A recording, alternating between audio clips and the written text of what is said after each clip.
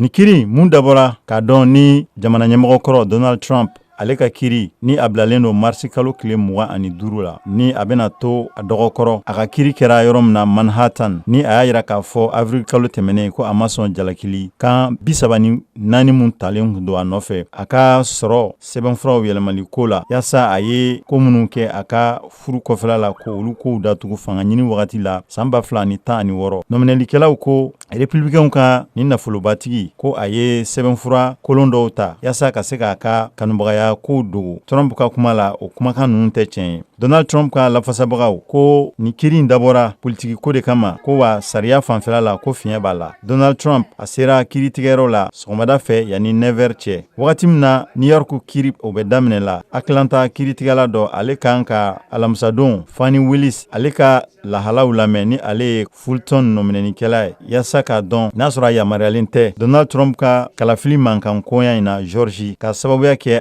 a ye kanubagaya dɔ kɛ Nathan Wade fɛ ni ale fana ye nɔminɛnikɛla dɔ ye mun fana da kun bɛ a kuma la.